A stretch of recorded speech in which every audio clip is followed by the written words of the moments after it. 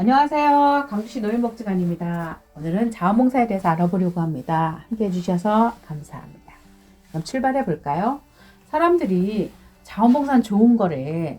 자원봉사하면 행복하대. 하는데 자원봉사가 뭘까요? 자원봉사.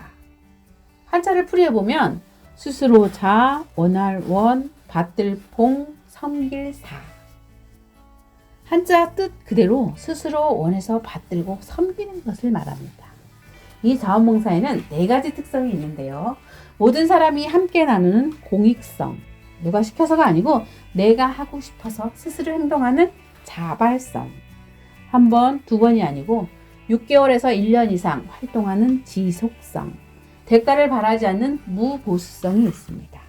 대가를 바라지는 않지만 고맙습니다, 감사합니다, 수고하세요 라는 인사는 봉사자를 힘나게 합니다. 혹시 주변에 봉사하시는 분이 계시다면 힘나는 인사 꼭 부탁드립니다. 간단하게 자원봉사에 대해 알아봤고요. 이제는 나를 알아야 합니다. 노인에게는 보통 4가지의 보통 사고가 있다고 하는데요. 먼저 나이가 들면서 운동 능력과 근육이 저하되고 내장 기능이 쇠퇴하다 보니 여기저기 아프고 병원과 친해집니다. 2번째는 퇴직으로 인해 경제적으로 어렵습니다. 예전보다 돈이 없어요. 물론 아니신 분도 있겠죠. 3번째는 퇴직으로 직위와 역할의 변화가 오고 꼭 가야 하는 활동보다 여가 활동이 많습니다. 4번째는 꼭 가야만 하는데도 없어지고 용돈 달라고 알랑방구 애교 부리던 자식도 자기가 벌어서 씁니다. 어렵고 고독하고 우울합니다. 예전에는 아동 청소년기, 성인기에 비해 노년기가 짧았습니다. 그래서 자식에게 유산 물려주고 효도받고 대우받다가 돌아가셨습니다. 그러나 지금은 개인의 자기관리와 의학의 발달로 노년기가 길어졌습니다. 은퇴하고도 4, 50년을 살아야 합니다. 그러니 김병의 효자 없다, 재산이 효자다, 나 죽으면 유산 가져가라 합니다. 아파서 죽을 것 같아서 병원 가면 의사선생님이 살려줍니다. 그래서 현 세대를 죽고 싶어도 못 죽는 세대라고 하는 사람도 있습니다. 그래서 예전에는 상상도 못했던 사전 연명 의료 의향서를 작성합니다. 이렇게 긴 노년기를 건강하게 외롭지 않게 보내기 위해선 자원봉사 활동을 추천합니다. 노인 자원봉사 활동은 개인적으로는 노년기의 소외감, 고독감을 줄여주고요. 지역사회 속에서 새로운 사회적 관계망을 유지해주며 자아성장, 자기실현, 자존감이 향상되며 봉사활동으로 움직이다 보니 신체적, 정신적으로 건강을 유지할 수 있습니다. 또한 노인 자원봉사 활동은 사회적으로는 노인에 대한 사회적 인식을 바꿀 수 있고요. 유휴 노인 인력을 활용하여 사회적 생산성을 제고할 수 있으며 봉사활동으로 움직이다 보니 신체적으로 건강해져 노인복지 비용을 절감하며 복지 인력을 보완할 수 있습니다. 다음은 65세 이상 어르신을 부양하는 데 필요한 경제활동 인구입니다. 초고령 사회로 노인 인구는 늘어나고 출생률은 줄고 기대 수명이 길어지며 갈수록 불안하게 기울어지고 어르신의 표정도 화가 나셨죠?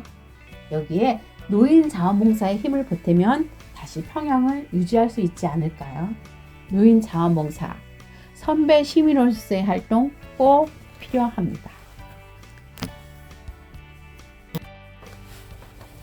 다음은 인권 및 개인정보에 대해 알아보겠습니다. 인권이란 무엇일까요? 인간으로서 당연히 가지는 기본 권리로 사람이 사람답게 살기 위해 필요한 당연히 인정되는 권리를 말합니다. 인권의 영역을 보면 인간이 인간답게 사는 데 필요한 필수적인 것을 요구할 수 있는 정당한 요건과 자격을 말합니다. 인권의 중요성은 세계인권선언문 제1조에 기록되어 있으며 대한민국 헌법 제10조, 제37조에도 인권에 기록되어 있습니다. 인권은 중요한 특성을 가지는데 첫째, 모든 인간이 인간답게 살 권리입니다. 둘째, 인간이 갖는 보편적 권리입니다. 셋째, 약자에 의한 권리입니다. 넷째, 책임을 동반한 권리입니다. 타인의 권익을 무시한 채 개인적 이익만을 주장해서는 안 되며 모두가 서로의 권리를 존중해 주어야 하는 권리입니다. 다섯째, 인권은 도덕적 권리로서 실정법상의 권리 이상의 것입니다. 여섯째, 인권은 다양한 권리를 포괄하며 이들 권리의 최상위 권리입니다.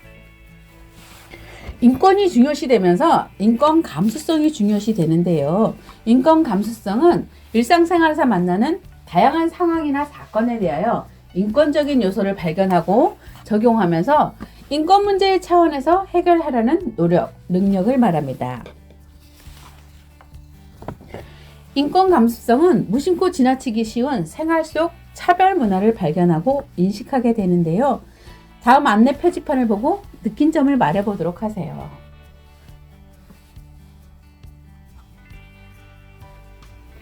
그림 1과 그림 2는 아동의 보호는 늘 여자, 엄마라는 성역할에 대한 고정관념을 강화시킬 수 있습니다. 그림 1과 그림 2의 표지판을 보고 차이점을 무엇이라고 생각하세요?